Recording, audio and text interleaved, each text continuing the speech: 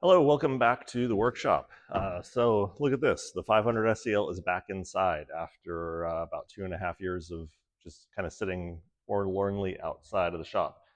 Um, the really nice 560 SEL, anthracite with red interior is gone. Mike Musto owns that. The really nice 500 SEC, blue with the cream interior, is gone. That went to Florida. So now I was kind of thinking I'm 126less, but then I forget this car has been sitting out in front of the shop for a couple of years. Not for any real reason either. It's, mechanically it seems okay. I was looking actually through my notebook for when I bought it. I bought it back in May of 2022. It had no exhaust on it, so it was basically a rescue. A young guy who worked at a car shop intercepted it between being donated and heading to a pick and pull. Put a fuel pump in it, got it to run. Probably noticed that it was making some unsavory noises from the engine, and cut the exhaust off and put it on Craigslist, or no, Facebook Market. It was cleaned up. It looked pretty good. The paint looked a lot better than it does now, but it didn't look that much better back then. But it looked good in photos. And so a friend of mine and I drove up to Sacramento. We drove the car, drove okay. He claimed a bunch of stuff worked, but a bunch of stuff wasn't working that night, like the AC, like the windows. And he said, "I have the exhaust. I just cut it off because I like loud cars." He said, and I'm thinking to myself, "Boy, I hope I'm not overlooking like a rod knock or something." But I drove the car, drove okay.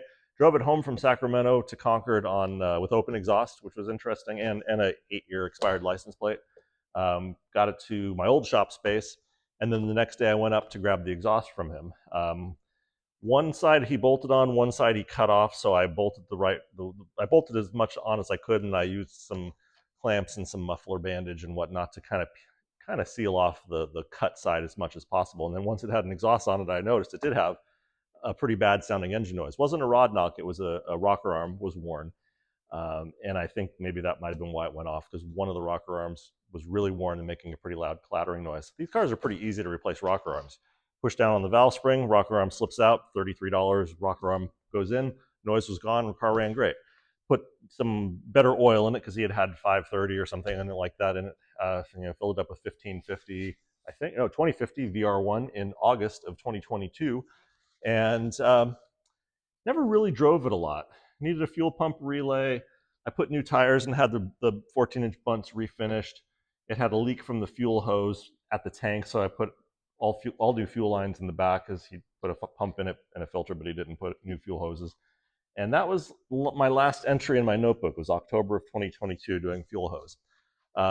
I'd loaned the car to my younger son one day, and it was hot, and one of the power steering hoses didn't really blow, but it sprung a very significant leak.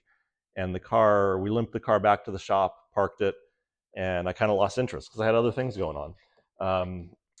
I took a few things off it for the 560 SEL. I took a lot of, there's just a bunch of stuff I never wrote down in here too, because I'd put all new intake rubber, fuel injectors, all that stuff.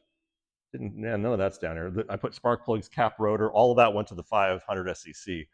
And all the old parts of the 500 SEC went on this car to keep it running so I could move it around, because I never really wanted to give up on this. Nautical blue gray interior. Could be a really pretty car. It's a Euro car, of course. I did take the Euro headlight wipers and trim for the 500 or 560 SEL, because I was kind of doing a Euro front end, Euro bumper and light conversion on that. They never really worked quite right, so I ended up just getting the delete plates, like off of a 300, that have no wipers, and that actually was very clean looking. And I'll probably do the same thing to this car. So I do have all the parts for this. They're somewhere in the trunk, although they have been repainted in anthracite or whatever that car was. So whatever. I'll probably get rid of those anyway. Cracks on the dash. Oh, the stuff that didn't work. Turns out it's got kind of a sloppy ignition switch. So if you turn the car on and then back off on the ignition switch just a little bit, all the electrics in the dash work, the AC works, it still blows cold. So that was good. All the windows work, the sunroof does not. Has really a very original inside. I kind of liked it because of the time capsule. I'll come around and give you a little tour of the inside, because I don't think I've ever really talked much about this car. 160-ish thousand miles. And it was from Nevada. It was owned by a guy who owned a trucking company who died, and the estate got donated. So Nevada never carbed. It was federalized, so it's never going to really be a California car because it doesn't have a carb sticker, and it's not, from a value standpoint, not worth doing.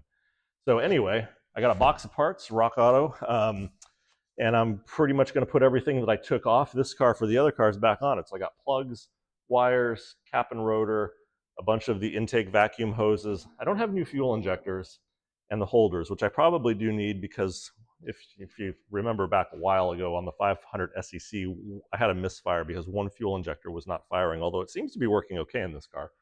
But the little plastic holders and O-rings that hold all that stuff into the intake were the original ones off the 500 SEC, and I just slipped them all back in here. So there's probably tons of air leaks.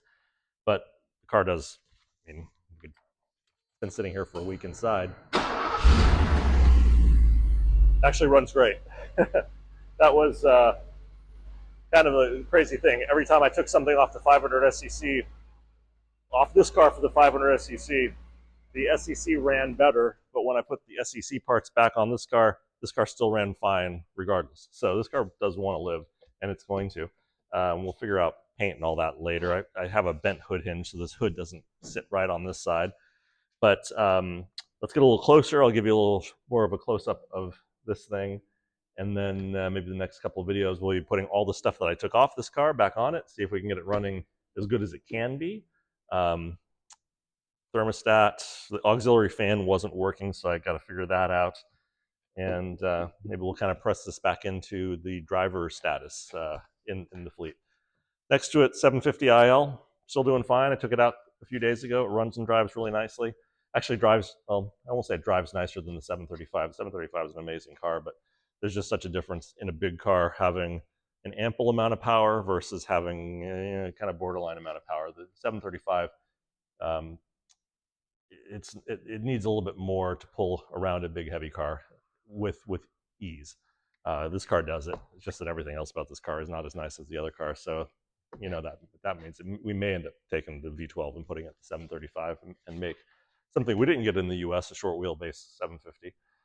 Now, besides the mechanicals, which should be straightforward, I would need to swap the hood and the grills, get that repainted, which I would hate. It kind of bothers me because that car's all original paint, but if it could be matched and done nicely, you know, 'cause you want the right grill and hood if you're going to do a 750 swap. But anyway, that's another project. So let's get, all right. So yeah, from a distance, the car looks okay.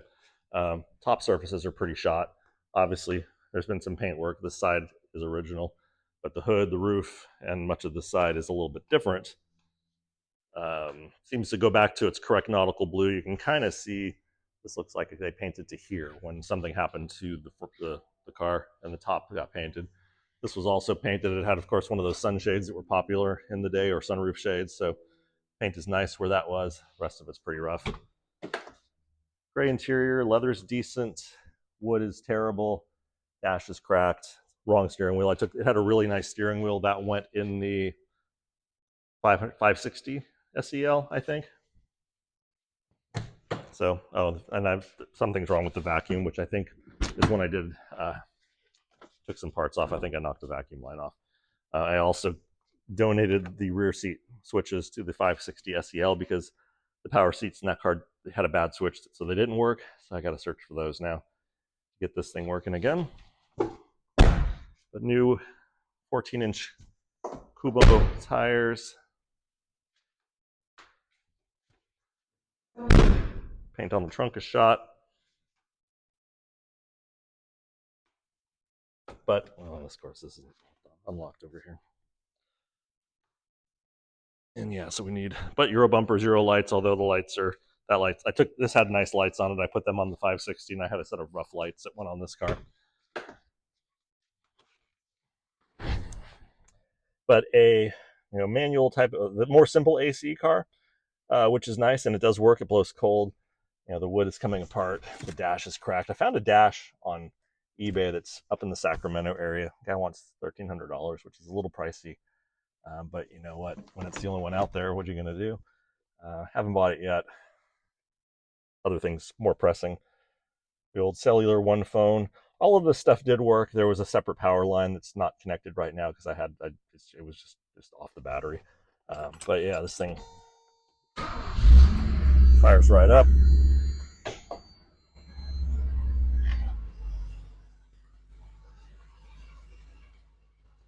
really is kind of crazy how I took so much stuff off of this car.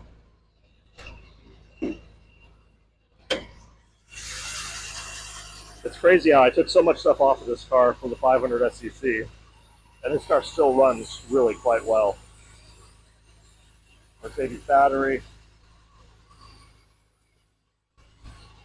Yeah, old plug wires, old cap and rotor, old spark plugs, old fuel injectors. But there it is. So just wanted to do a quick update on that.